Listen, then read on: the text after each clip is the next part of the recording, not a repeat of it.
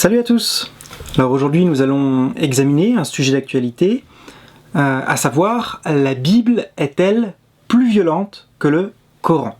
Ça pourrait paraître surprenant, mais oui, c'est bien une question d'actualité, car depuis plusieurs jours, un certain nombre de médias internet, comme par exemple 20 minutes, Les Inrocks, Metro News ou encore La Tribune de Genève, en parlent. Donc c'est un sujet d'actualité. Et certains médias rapporte l'histoire d'un ingénieur qui aurait prouvé scientifiquement le fait que la Bible est en réalité plus violente que le Coran.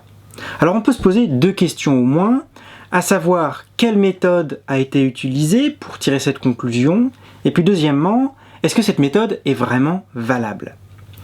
Alors la méthode est en réalité assez simple, puisque Tom Anderson, qui est l'ingénieur new-yorkais qui a développé le logiciel en question, à savoir un logiciel d'analyse textuelle qui s'appelle OdinText. Donc il a développé un logiciel assez simple, et ce logiciel lui permet de mesurer la proportion d'une thématique à partir d'un mot ou de son champ lexical à l'intérieur d'un texte.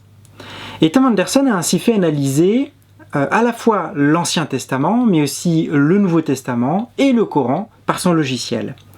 Et il a notamment comparé la présence d'émotions humaines telles que la joie, l'attente, la colère, le dégoût, la tristesse, la surprise, la peur ou encore la confiance.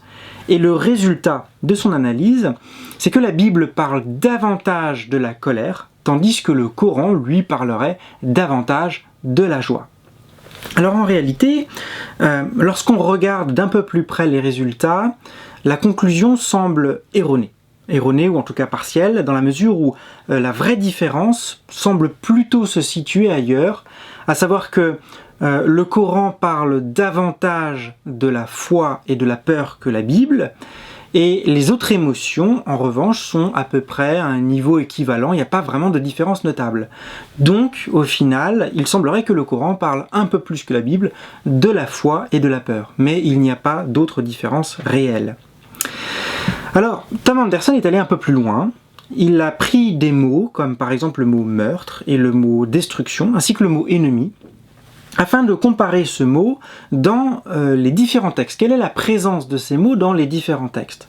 Eh bien, quand on regarde le mot meurtre et le mot destruction, eh bien, ils constituent 2,1% du Coran, contre 2,8% du Nouveau Testament et carrément 5,3% de l'Ancien Testament, soit le double du Coran. Donc les mots meurtre et les mots destruction seraient 2 fois plus présents dans l'Ancien Testament que dans le Coran. Quant au mot ennemi, eh bien quand on analyse le mot ennemi, il est présent à 0,7% dans le Coran, un tout petit peu plus que dans le Nouveau Testament où il n'est présent qu'à 0,5%, mais il est surtout présent 2 fois moins dans le Coran que dans l'Ancien Testament où sa présence s'élève au niveau, à la hauteur de 1,8% du texte. Alors à l'inverse, quand on regarde des mots un peu plus positifs, comme par exemple le mot pardon, eh bien le mot pardon est présent dans le Coran à hauteur de 6,3% du texte, soit le double du Nouveau Testament où il n'est présent qu'à 2,9% et quasiment 10 fois plus que l'Ancien Testament où il n'est présent qu'à 0,7%.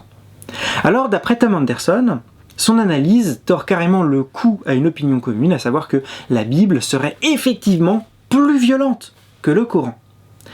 Mais que vaut vraiment cette méthode? Quelle conclusion peut-on vraiment tirer? Est-ce qu'on peut vraiment tirer une conclusion qui soit valable? Eh bien en réalité, je pense que cette méthode ne vaut pas grand-chose, au moins pour 4 raisons. La première raison, c'est que ce n'est pas parce qu'un texte parle de la violence que ce texte en question est lui-même violent ou qu'il invite à la violence. Le code pénal, par exemple, aborde la question du viol et du meurtre, et pourtant il est très loin d'approuver tous ces faits-là. Quand on regarde la Bible, si on lit par exemple le livre de l'Exode parle du meurtre, bien entendu, mais c'est pour le dénoncer, c'est pour l'interdire, puisqu'il est écrit « tu ne tueras point ». Et donc, quand le logiciel d'analyse référence toutes les occurrences du mot meurtre, eh bien il trouvera également l'interdit du meurtre, ce qui n'a pas grand sens. La deuxième raison, c'est qu'il est moins violent, je pense, de reconnaître l'existence de la violence, et donc d'en parler, plutôt que de taire la violence ou de la nier. Un texte religieux qui est digne de ce nom se doit de décrire objectivement la réalité telle qu'elle est. Il faut décrire la situation dans laquelle l'homme vit, et l'homme vit dans un contexte de violence, il faut donc décrire la situation pour lui apporter une solution. Plutôt qu'au contraire de nier l'existence de la violence ou de la taire, ce qui serait peut-être carrément pire que le problème lui-même. Le troisième point, c'est que la violence est parfois l'ultime façon, malheureusement, d'arrêter la violence. C'est parfois le dernier recours. Face à un adversaire qui est acharné, la violence est parfois la seule façon de le mettre hors d'état de nuire. L'exemple paradigmatique bien classique, c'est évidemment celui de la résistance armée face au nazisme.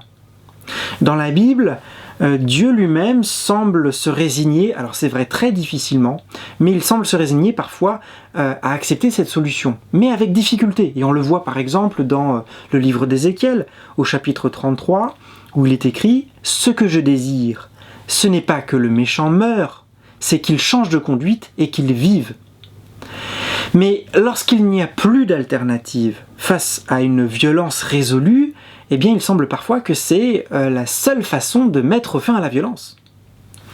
Enfin, la quatrième raison que j'invoquerai, et qui complète d'ailleurs la précédente, c'est que le Nouveau Testament a une nette préférence finalement pour le pardon et pour la non-violence. Tom Anderson a relevé toutes les occurrences du mot « ennemi ». Or, justement, dans l'une des occurrences qu'il a dû relever, qui doit se trouver en Matthieu 5, donc dans l'Évangile selon Matthieu, au chapitre 5, il y a ce qu'on appelle le sermon sur la montagne. C'est un enseignement dans lequel Jésus dit qu'il faut aimer ses ennemis. Et non pas simplement ses amis, mais il faut aimer inconditionnellement jusqu'à ses ennemis. La perfection morale pour Jésus implique l'amour des ennemis et la disposition à pardonner autant de fois que cela est nécessaire. Et donc on le voit en ce sens-là, le Nouveau Testament parle de la violence, mais n'y invite absolument pas. Alors en conclusion, que peut-on dire ? Eh bien, il me semble que la méthode utilisée par Tom Anderson n'est finalement absolument pas fiable.